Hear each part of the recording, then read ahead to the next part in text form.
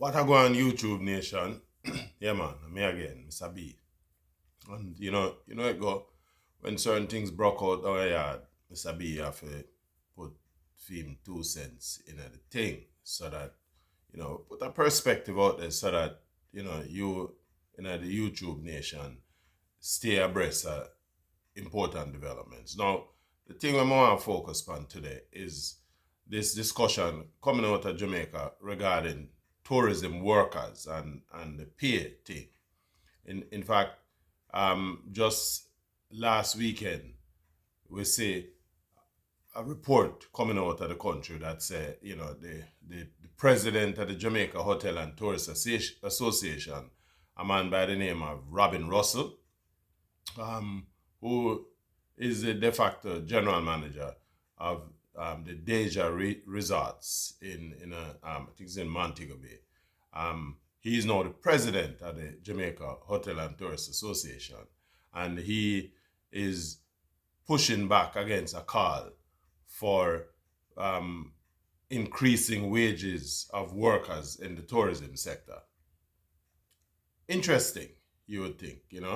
But before we get into the meat of the discussion, just want to encourage you, my subscribers, want to thank you first of all for supporting the channel, and may I ask you to just continue the support, share the material with your friends, and of course, even more important, may I ask you, subscribe to the channel, so that when the latest video drop, you are the first people out there who will get the material, right? And of course, if you have we certainly appreciate the feedback on the material as well.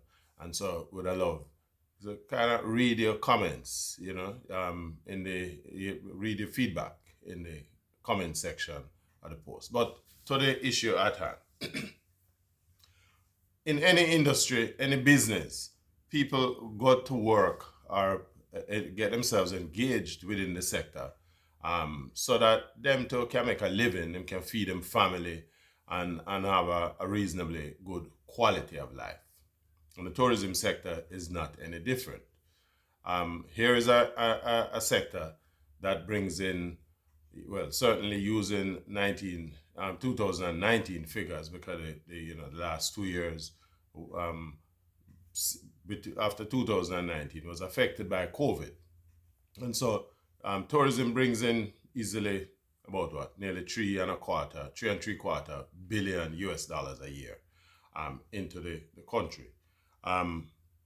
It's one of the sectors that benefits a lot from all kind of tax incentives and so on that government put in place to encourage investors. And so there's nobody out there who's going to try to discourage investment in the sector. More than anything else, you want to encourage people to invest in the, developing the sector. But at the same time, the worker who is turning up, the people who is gonna, and we can start from the bottom, because the bulk of the work in a tourism entity is done by the people who do what you call in some respects, the menial work. A guest experience is not just impacted by, the management and the people who are the GM and the marketing manager and so on, but it's the actual little man who will clean the rooms, clean the toilet, make sure say that, the sewage no back up, cut the grass in the place, sweep the yard, carry out the garbage. And we could go on, the kitchen, and make sure so the food cook and the food is up to a standard that is international. The people who provide entertainment and market, a lot of that now is being subcontracted. So, and that is a whole area which we're going to take another video, and we're going to deal with that as well. But certainly, the little people, the waiters, the service staff, the average hotel in Jamaica employs about 4 or 5 people per room, and that is especially within the all-inclusive sector. But all of those people come together to make the experience of the guests worthwhile. And these workers, they are depending on their engagement in the sector to be able to feed their families. I have a very simplistic rule that I operate by. And it's if you are running a business where your own employees can participate in the services that you offer because them can't pay for it, then clearly you're not paying them enough money. And so in an environment where, hotel operations outside of Jamaica is literally, you know, grabbing at employees from wherever them can get them. And certainly Jamaica represent a pool of you know, potential pool for these international hotel chains, the cruise ship businesses, to grab these employees for the simple reason that back in Jamaica they are underpaid. Now, Mr. Russell's argument is that the country can't afford for hotels can't afford to pay these workers, and we need to keep down the cost, as if to say that his wages is the primary cost. Wages is the cheapest part of running a friggin' hotel, Mr. Russell. And it's cheap because you not pay the worker them enough money. And when you are telling people that you cannot afford to pay them, why don't you just take your family and your children them and your friend them and make them go run the hotel? Make them go clean the toilet, make them go clean the floor and mop the place and carry out the garbage. Why don't you do that? I would like to say a hotel at work without the workers. They are the most important part of the business, and it is therefore incumbent that you pay them properly, And if you think that is at the low level that the pay scale bad, you want to look at some of the middle level people who work in a hotel. Typical hotel with an accountant will angle millions and millions of dollars a year. Only earn about 1.7 million Jamaican dollars a year. And if you think that that is a whole heap of money, just do the maths. Maths it out, the mother say. Maths it out. 1.7 million US dollars is about 1.7 million Jamaican dollars rather. It's just a little over 12,000 US dollars a year. Nobody in America now work for $12,000 a year who go pay a student loan and have university degree or some sort of tertiary qualifications. So if you run a business purely upon the basis that you need cheap labor for run it, me think you need to lock down that backside and go do something else. You cannot expect that, if you want quality service, right, that the person who is providing that quality service has suffering an inability to provide a quality of life to his or her family because the place that them report to for work every day not pay them enough. Most people just work for bus fare down in Jamaica, right?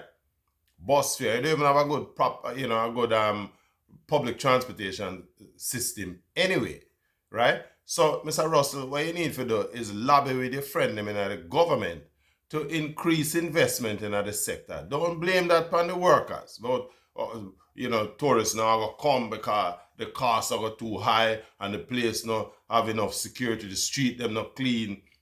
You can't send tourists out a road for walk on the street because the street them not safe. That is not the workers' problem. That is your friend them who are run the government and who are responsible for making the kind of decisions that redound to the security of the place. It's not just tourists who want to walk on clean street. The average Jamaican deserve clean street that them can walk on, deserve the kind of security that them can get up out of them bed and dip on the road for go to work or go about them business and entertainment and whatever, and do that in peace and security, right? And so when you stop thinking about the quality of life that your employees ought to be enjoying, and you can only look in terms of how you make your money, something wrong with that. That is going back to the Bakra master slave days when you have a whip in your hand as a Bakra master. And you beat the people them over them heads so that them have to go out in the plantation because of that kind of attitude they are encouraged, right? It is not the workers' problem that you have these social issues in Jamaica, right? But it is because of the thinking like that entrenches the opportunities or these antisocial issues within the country. And it is this, your inability to appeal to the people who, big neck, white collar people, who are decision makers, right? Why we are where we are, right? Montego Bay and Ocho Rios and Negril, these are the tourism centers. We're still making a lot of investment in Kingston and so on. But that comes to zero if you are not encouraging the workers to be a part of the industry, right? As long as the worker look on the job as just a hustling, where I go make a little money, so can go buy a food and thing, then none of those workers is going to consider tourism as a career.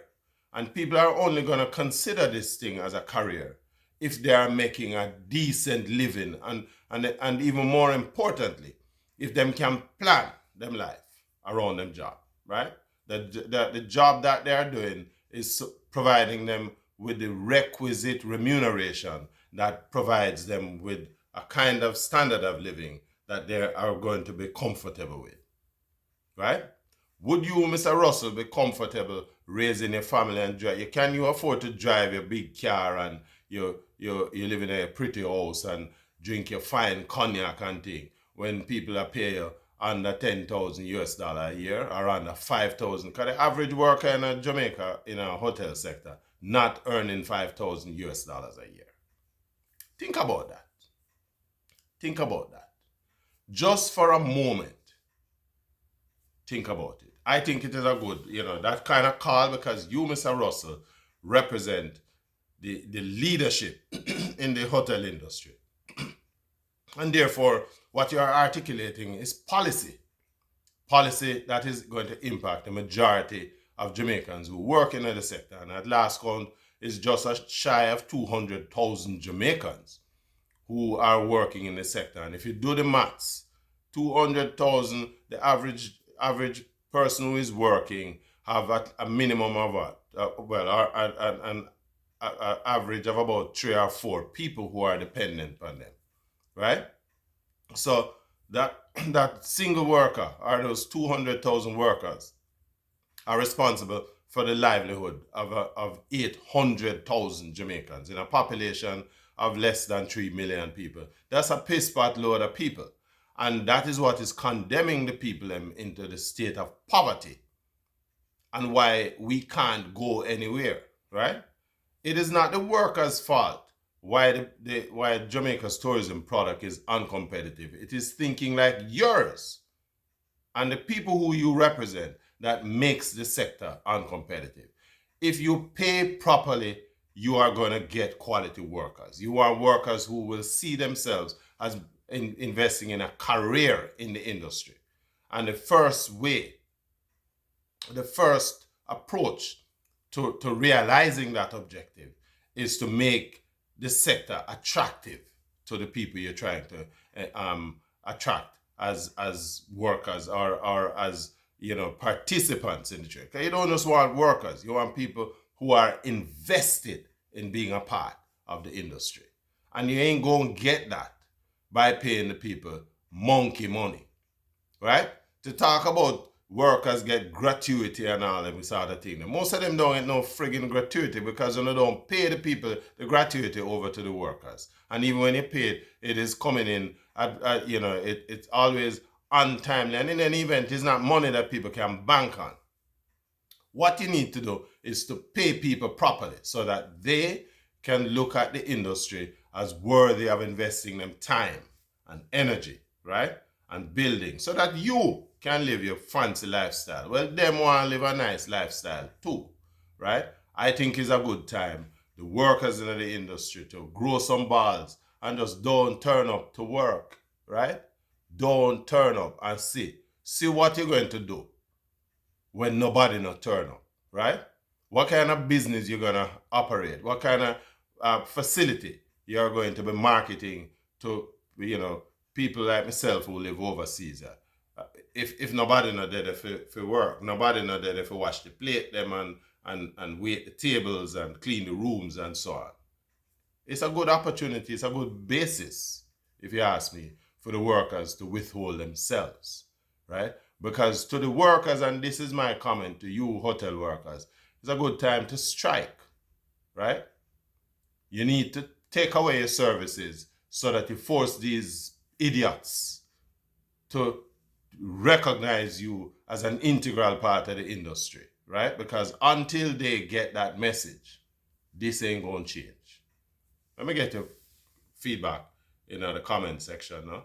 And if you like the video, you know it, just, you know, lick up the like button and you know, subscribe as well and share, right?